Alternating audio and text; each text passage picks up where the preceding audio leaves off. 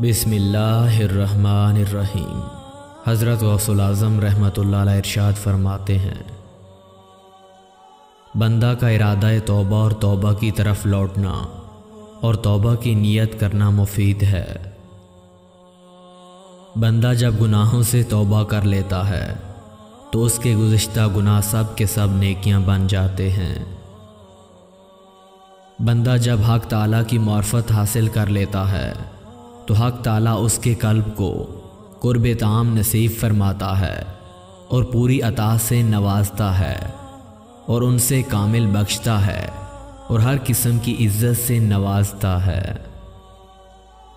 बंदा मोमिन फ़राइज़ अदा करके हक़ ताला का कुर्ब हासिल कर सकता है और नवाफिल के ज़रिए उसका महबूब बनता रहता है।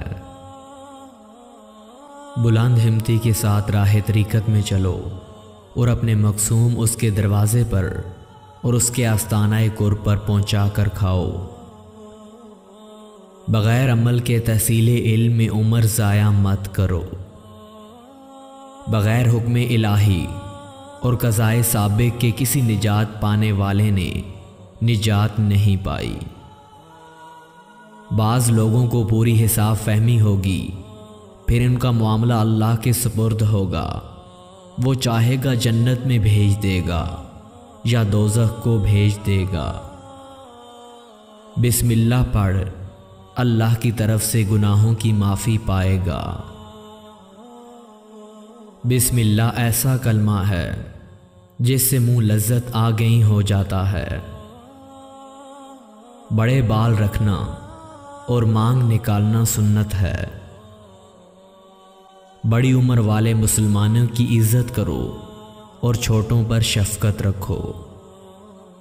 तुम में से कोई दौलत कमाना चाहे तो वो आज से ये काम शुरू कर दे कि सदका देकर अल्लाह ताला से तिजारत किया करे, फिर उसके रिज़्क़ के तमाम दरवाज़े अल्लाह उस पर खोलना शुरू कर देगा।